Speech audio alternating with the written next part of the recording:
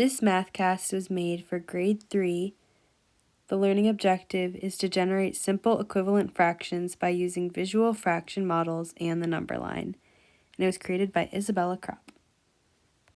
Okay, to start off this lesson, we're just going to go over some vocabulary. So first we're going to talk about what a fraction is. So the definition of fraction is that A over B means A equal parts, each sized 1 over B of the whole. So an example of this is 2/3, and I will write out this fraction for you because it's a little hard to see that way. 2/3 means that there are 2 equal parts, each sized 1/3 of the whole. So the numerator of a fraction is the number of parts in a fraction, and this is on the top. So from our definition of a fraction, we know 2/3, there are 2 parts, and 2 is the numerator. The denominator is the name or the size of the parts in a fraction. It's the bottom of the fraction. So 3 is the denominator of our fraction. There's 1/3 sized parts. So 2 equal parts, each sized 1/3 of the whole. Okay, so to start talking about this concept, we're going to look at these fraction bars. So first, let's focus on this first fraction bar here. We're going to determine what the red area represents. So we can tell that this whole bar, this is the whole, and the red part is one part of the whole. And we can see that this bar is split into 2 pieces, each sized 1/2 of the whole. So that means the red area represents 1/2. Okay, so now that we have that, we're going to split bar number 2 into fourths. What does the red area represent now? Okay, so let's just see. In order to split this into fourths, there needs to be 4 pieces, and we have 2 pieces right now. So if we split each half in 2 pieces, that means we have 4 pieces in total. And I'll just draw a line here to make it a little more clear. So you can see now we have 1, 2, 3, 4 pieces. That's fourths. Okay, so now what does the red area represent? So now we can see the red area is split into 2 pieces, and each of these pieces are sized 1/4 of the whole. So that means we have 1/4, 2/4. So that means that the red area represents 2/4. Okay, so if this red area and this red area are the same, then that means that 1/2 equals 2/4. So we just found an equivalent fraction, equivalent fractions. 1/2 equals 2/4. Okay, so now we're going to look at this number line, and we're going to split this whole 0 to 1 into fourths in the color red, and then we're going to also split it into eighths in blue. And we're going to determine which fractions are equivalent fractions by finding where we drew 2 lines on the number line. Okay, so let's start with our fourths in red. So we have 0/4, we have 2/4 or 1/2, we have 4/4, and that means we're just missing 1/4 and 3/4. So I'm actually going to just label these really quick off camera so you can see. Okay, so as you can see, I just labeled these 0/4, 1/4, 2/4, 3/4, 4/4. Okay, so now we're going to go for dividing this whole into eighths in the color blue. So we can start at 0, and then we can go to 1/8, 2/8, 3/8, 4/8, 5/8, 6/8, 7/8, and 8/8. And I'm going to also label these off camera just so you can see. Okay, and I just labeled each of the eighths so you can see them.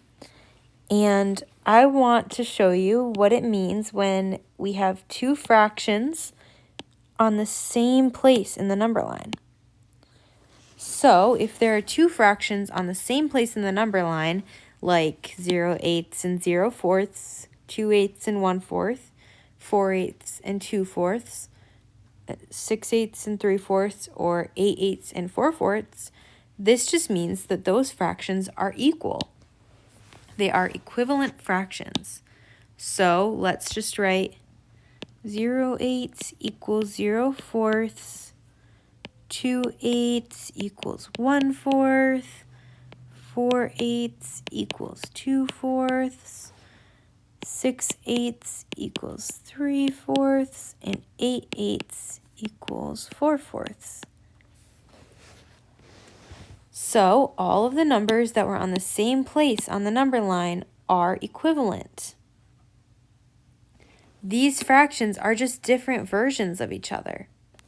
So if you actually simplified 2/8 by dividing the 2 by 2 and the 8 by 2, you get 1/4. And it same goes for all the rest of these fractions. They're all the same, they're just different forms of the same number. Okay, for our next problem, we're going to look at a word problem. Emma and Riley are running a race this week. Emma plans to split her race into 3 equal parts and will rest after running 2 of them. Riley plans to split her race into 6 equal parts and will rest after running 2 of them. Will the girls rest at the same spot? Why or why not? Okay, so both Emma and Riley are running the same race. So first we're going to use this number line, and we're going to just label it here. This is the race, the whole race, because they're both running the same one. So this is the whole. Emma's splitting her race into 3 equal parts. So I'm just going to go ahead and mark that here. It's okay if it's not perfect. And then Riley is splitting her race into 6 equal parts.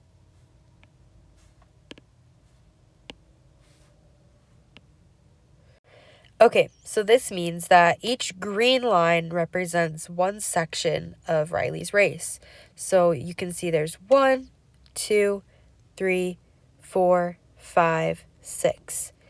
And then each red line represents a part of Emma's race. So you can see there's 1, 2, and 3. And they're not perfect, but it's okay.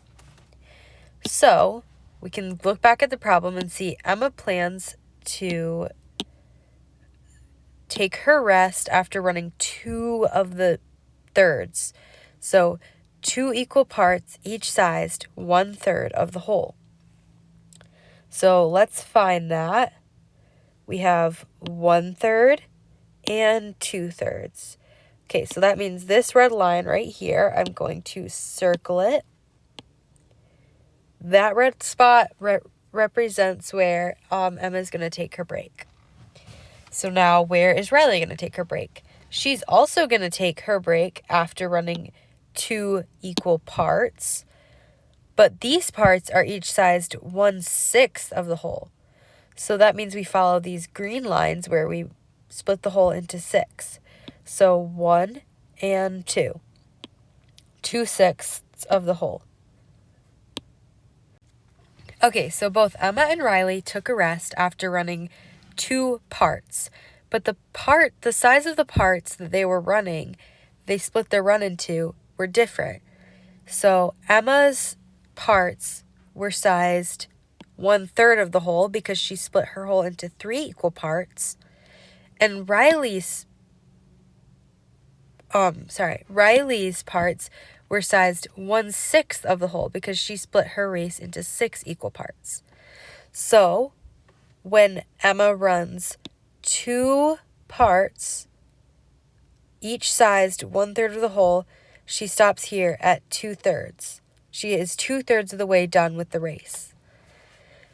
And then Riley, when she splits her run into 6 equal parts and runs 1, 2 of them, she's only 2/6 of the way done with the race. Okay, so for this problem, we're going to identify what fractions the dots on the number line represent.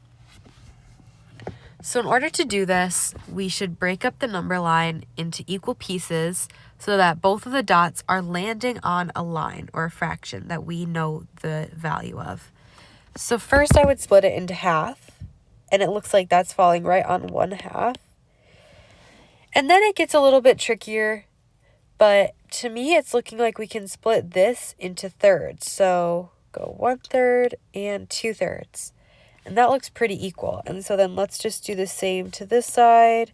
So we have 1/6 because we just split this up into 1, 2, 3, 4, 5, 6 pieces. So we have 1/6, 2/6, 3/6 or 1/2. And then we have 4/6 or 2/3. And then we have 5/6 and 6/6, of course, and 0/6. So for our red, it landed right in the middle at 1/2. And our yellow landed 1/6 to the right of the middle at 2/3 or 4/6. Thank you for watching my math cast. The resources I used are linked on this slide.